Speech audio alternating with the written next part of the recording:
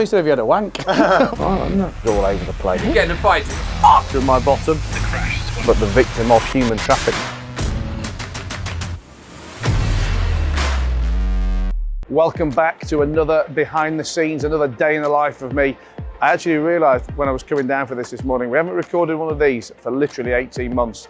And I always get messages that these kind of day in the life of what I get up to is always your favourite bit of content. So I'm back in London, flew in from Dubai the other day. I've got 4 podcasts back to back today. We've got some really good guests since we rebranded the podcast. So you're going to spend the day with me. We're going to be in the studio. As always, we're going to be seeing how many phone calls I make. I think the last time we recorded one of these, I was over 100 phone calls in the day. I can't promise that many because I've got so many podcasts to do. But yeah, you're just going to see what I get up to, who I'm arguing with, what goes on in my personal life, and hopefully get some great content and have some good fun. So follow me to my Uber. I've got no love bus here in London, so got to slum it on the normal cars. So I'm back in London for a few days, and today we are recording 4 back-to-back podcasts. We've got some really good guests booked in today.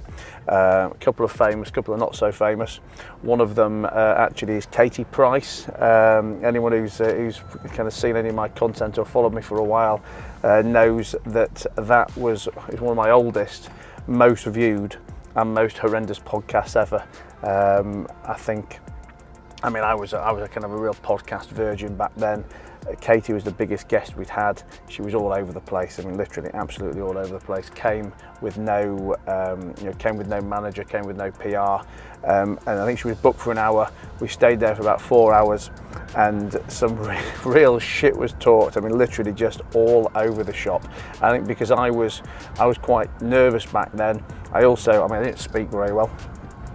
And I was just nervous about bringing the interview under control because I think I kind of probably felt overpowered, if that's the right word, by a decent guest. But there's none of that now. We're 4 years on, and I've certainly got the confidence to kick her back into line if she starts to run amok. So yeah, looking forward to that one. And like I said, we've got Lady Victoria Hervey and 2 non-famous guests, but one who was not involved in, but the victim of human trafficking, not once but twice. She was kidnapped for human trafficking and organ harvesting, somehow managed to escape. I don't know how, but looking forward to hearing that story. And a health and fitness guy. So health and fitness is always of big interest to me, and the kind of parallels and similarities between business and life and sport and everything else. So yeah, it's going to be a good day. As always, we've got the money maker with me. I think if you've not seen these before, we normally keep a little clock in the corner of how many phone calls I'm making a day. I think the last time we did this, it was like well over 100. It's not going to be as many as that this time because we're recording for probably 6 hours of podcasts, but it's going to be 45 minutes till we get to the studio now, and people are already up in Dubai, so we've got to speak to a couple of our financial advisors over there and keep the wheels of commerce moving. So enjoy the day and follow it with me. So, come on, tell me who does your answer. Yeah, I'm down for a few days. Well, actually, I left you a message, didn't I? Take care. All right, speak to you, mate. Take care. Bye. Bye. Bye. Bye. Ryan is one of our top introducers actually. Produces a lot of good business on our investment products. One of the things he was mentioning there was top performing sales teams, which has always been the bane of my life. And I think I've really noticed over the last few months where we're lacking in quality onboarding and quality training for our sales guys. You know, whenever we have a problem, I always like to try and say it's my own fault, because if it's my own fault, then I can try and find a way for me to fix it. And over the years, I've never ever been able to recruit and maintain, or recruit and retain great quality salespeople. 2 or 3 months ago, we opened a new office in Dubai. I started to hire some BDMs and started to hire some IFAs. And these are quite junior IFAs, but still technically trained up. And I've kind of dropped them in, give them half a day's training on the products that we sell, and then just left them to it. And I was sat on a phone call listening to one of these advisors 2 or 3 weeks ago, and I was cringing when I was hearing this call, thinking, fuck me, this person cannot sell a thing, and we are heading to a disaster.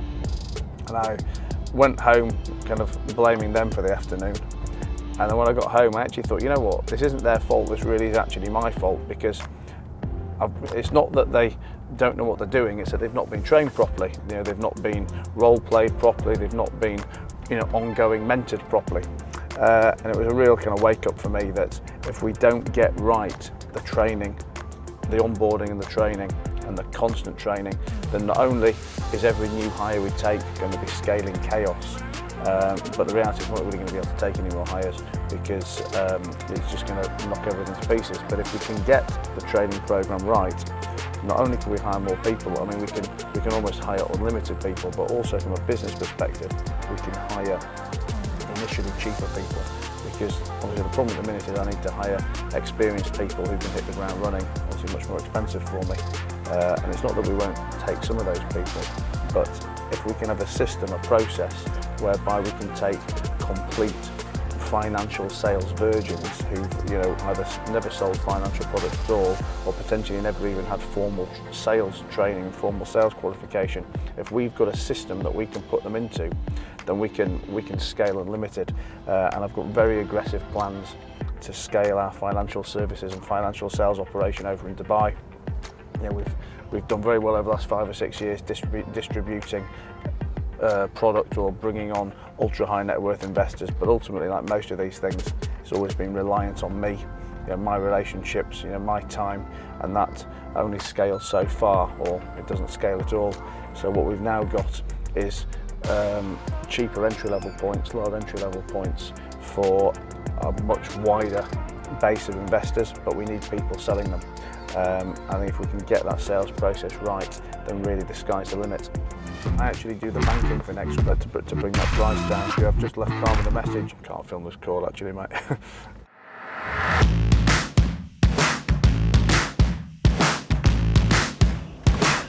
Yeah, no page, mate.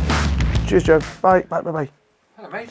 How you doing, mate? You okay? Good to see you. And you? How are you? Yeah, good, thank you. Tired, jet lagged. Welcome. We'll survive. You all right? No. You get in a fight, did you? I don't know what's better, to say it was a fight or to actually admit it was my Botox. So.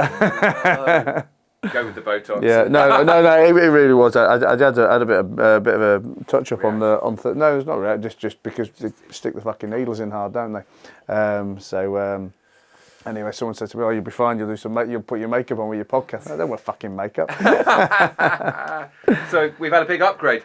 Oh, really? What? Just new cameras? 6K Black Magics. Yeah.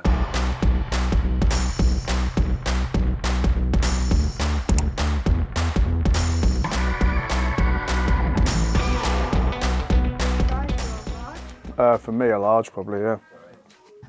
To look at myself. Roll it under. Oh, isn't it? Lovely material. New merch is in, going down on Business, Money and Life, and the picture of my bottom. We've been talking about this merch, I mean, never mind months, I think for years and years. And I always think it's such a wasted opportunity. Not so much when I do my podcast, but like when I go on other people's podcasts, you know, I don't really get a chance to market myself properly. So I just wanted some caps, some hoodies and things that we can give them away to our guests as well. Look at that. Oh, yeah. You like that? Looks good. What have you done? I'd like to say I've been in a fight, but it was just Botox. Botox. Where have you had it then? I had a little tune-up on On your cheeks? Friday. No, it wasn't better. It'll have been under eye filler. Okay. But yeah, fuck, I was in so much pain, you know. So I go in. So obviously, I want a little improvement, but I don't want to be materially different. So I use her, and she charges a fucking fortune. But I think because she charges an absolute fortune, she doesn't push stuff on you that you don't need. Yeah, you don't and she's always going, "Oh, you don't need this. You're too beautiful. You're too beautiful. you don't need this." And I went in, and I got her to come in early for me. And I go in and I says, and I'm waiting with the nurse. She goes, "What are you having?" I said, "I don't know, to be honest, whatever she wants to do to me." And she goes, "Oh, let's do numbing. Put the numbing cream on." I said, "No, don't bother with that." Anyway, the doctor walks in and she's like, "He doesn't want numbing cream." And the doctor goes, "Mr. Matt, always too busy. In and out. He doesn't have half hour for numbing cream." so I sit down, and she starts fucking jabbing away. And honestly, I mean, the pain was getting fucking nuts because she does, like, she's going in my nose and the cartilage. You know, she does under here with the Botox, so you know, so you don't have your, and I had a bit of fat remover in my chin. Yeah. and I'm really hitting the fucking tolerance of where I can get to. She's going here, and I've gone from moving my hands to clapping my feet. I go, fuck. And she goes, I don't understand why you not use numbing cream. I'm like, because it doesn't fucking work, and it's 30 minutes of my life I'll never get back. She goes, you are right, it doesn't work actually. I'm like, yeah, you just give it to people to make them feel better. It's like a placebo. And she goes, yes, you are fine. Anything you want to tell the camera at the moment? Not yet. Busy, and our first guest is already 45 minutes late. Mate, I'm so sorry. I have just hit I've got a photo of the crash as well. So it's going to knock us well behind all day. So I hope he's a good guest coming out of my mouth. If you've got the consent. It's really interesting. Tried to message you actually with. He's it. Is he here? I think so. Hi. How are you? Hey, buddy. Molly, this is. Oh, hi Molly. Hello, are you okay? Don't worry, mate. Don't worry. I've Good to see you. I'm sure you're gonna make up for it with the best conversation, the best podcast we've ever had. Have I what? Had a whack in the eye. Please say if you had a wank. Well, I have had an hour to kill. Should have put it out a little bit. No, you know what it is. I'd love to say I've been fending off 8 men, defending my missus's honour, but no, it was just a bit of Botox and filler. So I've obviously got ladies' skin. Right, you know, let's get set up and we'll get cracking.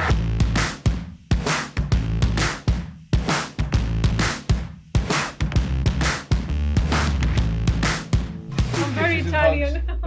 Nice to meet you. Hello. Nice to meet you, There's sorry. a footballer here. Oh, Well, this I is don't all like a up- footballer. Well, yeah, definitely. More like a rugby guy. No?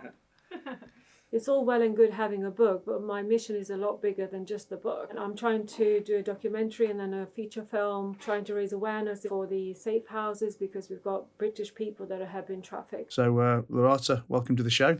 Thank you, Matt.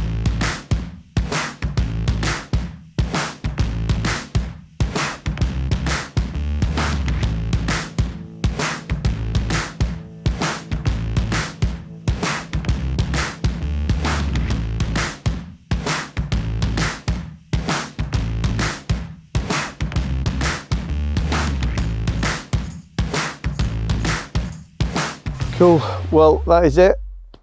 Monday over, podcast over. Can't wait to get to bed. Absolutely jiggered. No major disasters, apart from this chappie thinking that he'd deleted the audio. But yeah, I'll see you tomorrow.